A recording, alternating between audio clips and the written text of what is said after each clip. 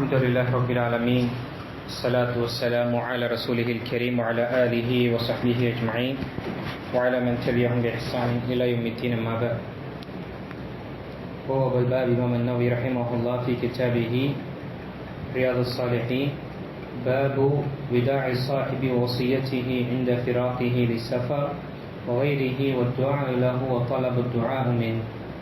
قال الله تعالى: ووصى بها إبراهيم وبنيه ويعقوب يا بني إن الله اصطفى لكم الدين فلا تموتن إلا وأنتم مسلمون إلى آخر الآية. பின்னிட்டுக்குரிய அல்லாஹ் அடியார்களே, இன்று நாம் பார்க்கக்கூடிய புதிய தலைப்பு 96வது பாடம். பயணம் செல்பவரை வழி அனுப்புதல், அவருக்கு உபதேசம் செய்தல், அவருக்கு துவா செய்தல், அவரிடம் துவா செய்ய கோருதல். இங்கு அல்லாஹு தஆலா சூரத்துல் பக்ராவுடைய 132 மற்றும் 133வது வசனத்தில் இப்ராஹிம் அலைஹிஸ்ஸலாம் மற்றும் யாக்கூப் அலைஹிஸ்ஸலாம் உடைய வசியத்தை பற்றி நினைவுபடுத்தியிருக்கின்றார். இங்கு பொதுவாக பயணத்தில் செல்லும் பொழுது பயணத்தில் செல்லக்கூடியவருக்கு உபதேசம் செய்து அனுப்புவதும் அவர்களுக்கு துஆ செய்து அனுப்புவதும் என்பது ஒரு நல்ல ஒழுக்கமாக இருக்கின்றது. அதே போல வசியத் என்று சொல்லும் பொழுது மரண சாசனம் அல்லது உயில் என்று நாம் புரிந்து கொள்ளலாம். இப்போ கடைசி மௌத்தாவதற்கு முன்னால் மனிதன் சில வசியத்களை, சில நல்ல உபதேசங்களை தன்னுடைய உறவினர்களுக்கும் உற்றார்களுக்கும் செய்து கொள்வதும் என்ன ஒரு சிறந்த விஷயம். பயணத்தில் செல்லக்கூடியவர்களுக்கும் இதே போலதான். இப்போ இங்கு இப்ராஹிம் அலைஹிஸ்ஸலாம் மற்றும் யாக்கூப் அலைஹிஸ்ஸலாமுடைய வசியத்தை பற்றி இங்கு வசனத்தில் சொல்லப்பட்டது. அல்லாஹ் கூறுகிறான், இதே வழிமுறைகளில் செல்லும்படி தம் மக்களுக்கும் இப்ராஹிம் அறிவித்திருக்கின்றார். மேலும் இதனையே பின்பற்றி வாழும்படி யாக்கோவும் தன் மக்களுக்கு அறிவுரைத்து சென்றார். அவர் கூறினார், என்னுடைய மக்களே, அல்லாஹ் உங்களுக்காக இந்த தீனை தேர்ந்தெடுத்துள்ளான். எனவே நீங்கள் முஸ்லிம்களாக அன்றி இறந்து விடாதீர்கள். அம் குன்தும் ஷுஹதா இத் ஹதர யாக்கூபுல் மௌத், யாக்கூபுக்கு மரணம் நெருங்கிய போது நீங்கள் அங்கு இருந்தீர்களா? அவர்கள் தன்னுடைய புதல்வர்களை அழைத்து, தன்னுடைய வாரிசுகளை அழைத்து, قال لبنيه ما تعبدون من بعدي, எனக்கு பிறகு நீங்கள் யாரை வணங்கப் போகின்றீர்கள் என்று கேட்டார்கள். قالوا نعبد إلهك وإله آبائك إبراهيم وإسماعيل وإسحاق إله واحدا ونحن له مسلمون. அவர்கள் கூறினார்கள், நாம் நிச்சயமாக உங்களுடைய இறைவனாக இருக்கக்கூடிய மற்றும் உங்களுடைய தந்தை, உங்களுடைய மூதாதையர்களுடைய இறைவனாக இருக்கக்கூடியவர். அது இப்ராஹிம் அலைஹிஸ்ஸலாம், இஸ்மாயில் அலைஹிஸ்ஸலாம், இஸ்ஹாக் அலைஹிஸ்ஸலாம் இவர்களுடைய இறைவனான ஒரே ஒரு வணக்கத்துக்குரியவன், அவனையே வணங்குவோம். வநஹ்னு லஹு முஸ்லிமூன், நாம் அனைவரும் அவனுக்காக கட்டுப்பட்டு வாழ்வோம். இங்கு இந்த வசனத்தில் அறிந்த விஷயம், யாக்கூப் அலைஹிஸ்ஸலாம் தன்னுடைய மகன்களுக்கு உபதேசம் செய்த விஷயம். ஒரு தந்தை, ஒரு பெற்றோர் அல்லது ஒரு பொறுப்புதாரி இருக்கக்கூடியவர் தன்னுடைய உறவினர்களுக்கு உபதேசம் செய்வது என்பது இது வலியுறுத்தப்பட்ட விஷயம். குறிப்பாக அவர்களுக்கு கொள்கை சம்பந்தப்பட்ட விஷயம், ஈமான் சம்பந்தப்பட்ட விஷயத்தில் நாம் அவர்களுக்கு முதல் பாடமாக கற்பிக்க வேண்டும். அதே போல மரணிக்கும் பொழுதும் சரி, அல்லது தூரம் பயணம் செல்லும் பொழுதும் சரி, அல்லது கொஞ்சம் நாட்களுக்கு பிரிந்து செல்லக்கூடிய நிலை ஏற்படும் பொழுது அங்கு உபதேசம் செய்வது மிக மிக அவசியமானது. ஏன்னா தனியாக போகும் பொழுது, குறிப்பாக பயணம் மேற்கொள்ளும் பொழுது, பயணத்தில் அவனுடைய வேலைகள் அவனுக்கு இபாதத் செய்யக்கூடிய விஷயத்தில் மறக்கடிக்க செய்யும். அந்த நேரத்தில் உபதேசம், மகனே, நீ எந்த இடத்துல போய் படிக்கிறதாக இருக்கட்டும், தொழில் செய்கிறதாக இருக்கட்டும், எங்கு போனாலும் சரி, அல்லாஹு தஆலாவுடைய அடியான் என்ற விஷயத்தை மறந்து விடாது. அந்த உன் மீது இருக்கக்கூடிய கடமைகளை நிறைவேற்றிக்கொள், அல்லாஹ் தடுத்த விஷயத்தை நீ தடுத்துக்கொள் என்று உபதேசம் செய்வது என்பது ஒவ்வொருவருக்கும் வலியுறுத்தப்பட்டது. இங்கு பாருங்க, சுப்ஹானல்லாஹ், நாம் பெற்றோர்களாக இருக்கக்கூடியவர்கள் நாம் அனைவர்களுக்கும் இந்த பொறுப்பு இருக்கின்றது குழந்தைகளை பராமரிக்கக்கூடிய விஷயம். நாம் ஒவ்வொருவரும் மௌத்தாக தான் போகின்றோம். அந்த சமயத்தில் நம்முடைய குழந்தைகளுடைய ஈமான் சம்பந்தப்பட்ட விஷயத்தில் தெளிவு பெற்றுவிட்டு நாம் விடை பெற வேண்டும் இந்த உலகத்தில். அதனால அப்புறம் யாக்கூப் அலைஹிஸ்ஸலாம் நபி, அவருடைய சந்ததிகள் அனைவரும் நபிமார்களாக இருந்தார்கள். அவருடைய புதல்வனும் நபியாக இருந்தார்கள். அவருடைய தந்தையும் அவருடைய பாட்டனும் முப்பாட்டன் இப்படி என்ற அனைவரும் நபிமார்களாக இருந்தார்கள். ஒரு பெரிய ஒரு சந்ததி. அந்த அப்படிப்பட்ட வீடு எப்படி இருக்கும் என்று நாம் யோசித்து பார்க்கணும்.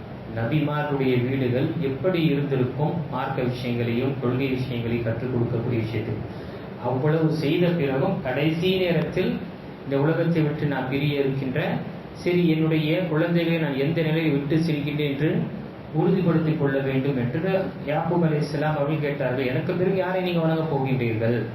அனைவரும் ஒரே கருத்து, ஒத்த கருத்தை கூறினார்கள். நாம் அனைவருமே உங்களுடைய இறைவனாக இருக்கக்கூடிய, உங்களுடைய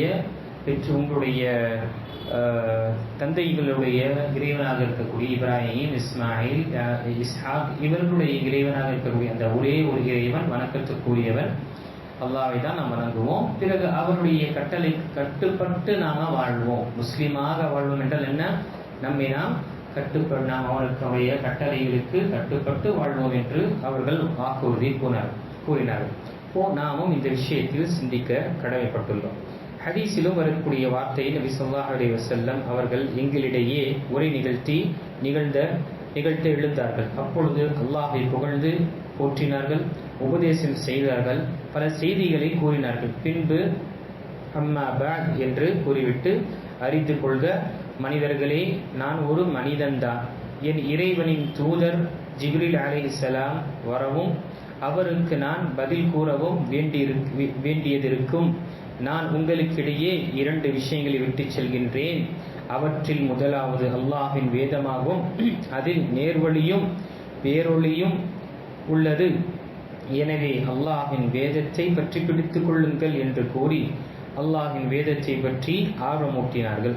பின்பு இரண்டாவதாக என் குடும்பத்தார்களாவார்கள் என்று, என் குடும்பத்தாரார் விஷயத்தில் உங்களிடம் அல்லாஹ்வை நினைவுகூட்டுகிறேன். அவர்களை கண்ணியப்படுத்துங்கள், அல்லாஹ்வை பயந்து கொள்ளுங்கள் என்று நபி ஸல்லல்லாஹு அலைஹி வஸல்லம் கூறினார்கள். இந்த ஹதீஸிலும் பொதுவாக சந்தர்ப்பத்தினுடைய அந்த சூழ்நிலையுடைய விஷயத்தில் நபி ஸல்லல்லாஹு அலைஹி வஸல்லம் ஒவ்வொரு நேரத்தில் உபதேசம் செய்யக்கூடியவர்கள். இந்த ஹதீஸில், இந்த ஹதீஸ் புகாரி முஸ்லிமில் வரக்கூடிய ஹதீஸில் அல்லாஹ்வுடைய வேதத்தையும் குறிப்பாக நபி ஸல்லல்லாஹு அலைஹி வஸல்லம் குடும்பத்தினர்களை பற்றிய விஷயத்திலும் நபி ஸல்லல்லாஹு அலைஹி வஸல்லம் நினைவுபடுத்தினார்கள். அதே போல இன்னொரு ஹதீஸில் பார்க்கும் பொழுது, நான் உங்களுக்கு 2 விஷயங்களை விட்டு செல்கின்றேன், எதுவரை இதை பற்றி பிடித்துக் கொள்வீர்களோ நீங்கள் வழிகட மாட்டீர்கள் என்று சொல்லிவிட்டு, அது ஒன்று வேதம், இரண்டாவது என்னுடைய வழிமுறை, என்னுடைய சுன்னாவும் என்று நபி ஸல்லல்லாஹு அலைஹி வஸல்லம் வலியுறுத்தினார்கள். இந்த விஷயம் அதே போல என்னுடைய சுன்னாவும் சரி, அந்த சுன்னாவை பின்பற்றிய குலஃபா ராஷிதீன்கள், நேர்வழி பெற்ற குலஃபா ராஷிதீன்களாக இருக்கக்கூடிய சஹாபாக்களுடைய வழிமுறையை நீங்கள் பற்றி பிடித்துக் கொள்ளுங்கள். கடவாய் பற்களில் நீங்கள் அணைத்துக் கொள்ளுங்கள்.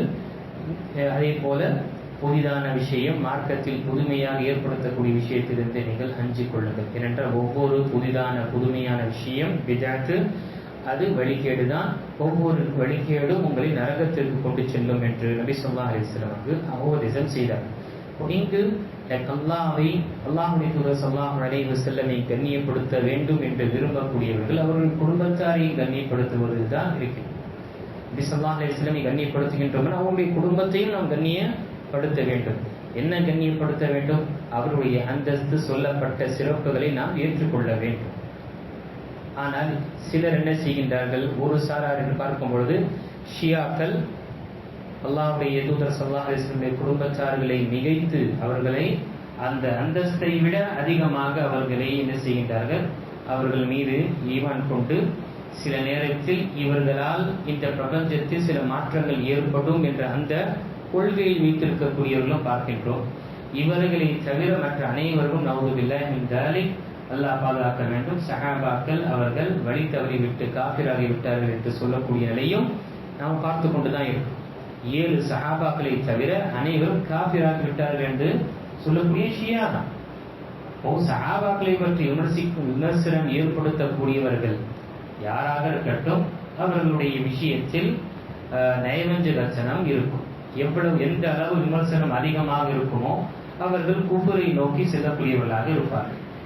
இது முதல் ஆரம்பிக்கப்பட்டது. இதற்கு முன்னால் நான் தெரியப்படுது ஹவாரிஜிகள் என்று சொல்லக்கூடிய கூட்டம் தான் முதலில் சஹாபாக்களை காஃபிர்கள் என்று சொல்லி அவர்களை நரகவாசிகள் என்று கூறினார். அடுத்ததாக ஷியாக்கள், அதற்கு பின்னால் வந்த அலி ரலியல்லாஹு அவர்களுடைய குடும்பத்தாரை நிகழ்க்க வேண்டும், அவர்களுடைய கண்ணியத்தை உயர்த்த வேண்டும் என்பதற்காக உமர் மற்றும் அபூபக்கர் மற்றும் உஸ்மான் இப்னு அஃபான் ரலியல்லாஹு அவர்களுடைய ஹிலாஃபத்தை நிராகரித்து அவர்களை காஃபிர்களாக கூறினார்கள். எதுவரை என்றால் அம்மை ஆயிஷா ரலியல்லாஹு அன்ஹாவையும் விட்டுவிடவில்லை.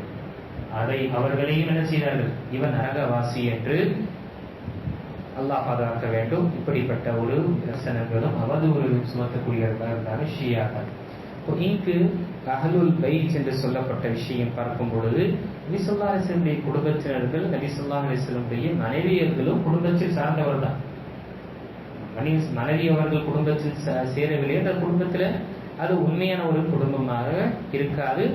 ஏனென்றால் ஷியாக்கள் என்ன செய்வது கிடையாது, நபி ஸல்லல்லாஹு அலைஹி வஸல்லம் மனைவிமார்களை நபி ஸல்லல்லாஹு அலைஹி வஸல்லம் குடும்பத்தினராக சேர்ப்பது கிடையாது. ஏன்னா அந்த மனைவிமார்களில் அபூபக்கருடைய மகளும் வந்துடுறாங்க, உமர் ரலியல்லாஹுடைய மகளும் வருவதனால் அவர்களுக்கு ஒரு காழ்ப்புணர்ச்சியாக. இப்படி சஹாபாக்குடைய விஷயங்களை நாம கண்ணியப்படுத்துவதும் அவர்களுடைய சிறப்புகளை சொல்லப்பட்ட குர்ஆனிலும் சரி ஹதீஸிலும் சொல்லப்பட்ட சிறப்புகளை நாம் ஏற்றுக்கொள்ள வேண்டும்.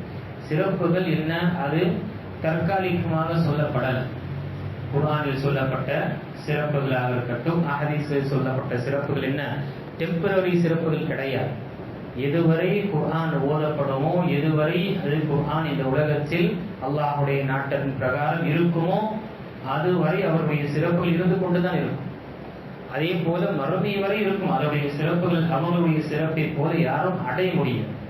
அப்படி அல்லாஹே அவர்களை புகழ்ந்து அவர்களை பொருந்திக் கொண்டான் என்று சொன்ன பிறகும் இப்பொழுது இருக்கக்கூடிய மக்கள் அவர்களை கொண்டு ஒரு பேச்சு விமர்சனம் செய்யக்கூடிய நிலையாகவும், அல்லது அல்லாஹ் பாதுகாக்க வேண்டும், அவர்களுடைய விஷயங்களை கொண்டு பட்டிமன்றம் போட்டு அதை ஒரு கேலியாக ஆக்கக்கூடிய நிலையை நாம் பார்த்து கொண்டிருக்கின்றோம். அப்படிப்பட்ட விஷயத்தில் நாம் அஞ்சிக் கொள்ள வேண்டும்.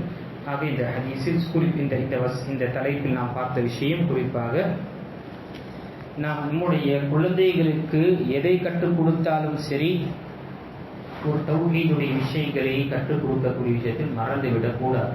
அவர்கள் இந்த உலகத்தில் எவ்வளவு சிறந்த ஒரு நிலையானாலும் சரி, அவரிடம் தௌஹீத் இருக்கின்றதா, ஏகத்துவம் இருக்கின்றதா, அல்லாஹை மட்டுமே வணங்குவேன் என்ற அந்த வாக்குமூலத்தை பெற்றுவிட்டு தான் நாம மனசனோ திருப்தி எடுத்துக் கொள்ளும். எவ்வளவு சம்பாதித்தாலும் சரி, ஆனால் தௌஹீத் இல்லாமல் இணை வைக்கக்கூடிய விஷயத்திலோ அல்லது விதத்தான விஷயங்களில் இருக்கும் பொழுது அவன் தான் ஒன்று தன்னுடைய அமல்களை பாழாக்கிக் கொள்கின்றான். இரண்டாவது, நாம எல்லாத்தையும் அந்த உலக விஷயத்திற்கு கொடுத்தோம், முக்கியத்துவம் செய்தோம், எல்லா விஷயம் செய்யணும், ஆனால் அடிப்படையாக இருக்கக்கூடிய மார்க்க கல்வியை கொடுக்கவில்லை என்றால் நாமும் சிக்கிக்கொள்வோம். அல்லாஹ்வுடைய தீர்ப்பகத்தில் நாம் குற்றவாளியாக அந்த கொண்டில் இருக்கக்கூடிய நிலை ஏற்படும். ஆக இந்த விஷயத்தை நாம் மேற்கொள்ள வேண்டும். பயணத்தில் செல்லும் பொழுது சரி, நாம சென்றாலும் சரி, நம்முடைய குழந்தைகள் சென்றாலும் சரி, தூரமாக அல்லது தொழிலுக்கோ வேறு ஏதோ ஒரு காரணத்திற்கு செல்லும் பொழுது கொஞ்சம் இடைவெளி ஏற்படும் பொழுது அங்கு உபதேசம் செய்துவிட்டு செல்வது என்பது இது சிறந்ததாக இருக்கின்றது. அல்லாஹு தஆலா நம் அனைவர்களுக்கும் சொல்லப்பட்ட இந்த விஷயத்தில் சிந்தித்து செயல்படக்கூடியவர்களாக அல்லாஹ் ஆக்கியல்வானாக. ஆமீன். வாஹிரு தஅவானா அல்ஹம்துலில்லாஹி ரப்பில் ஆலமீன்.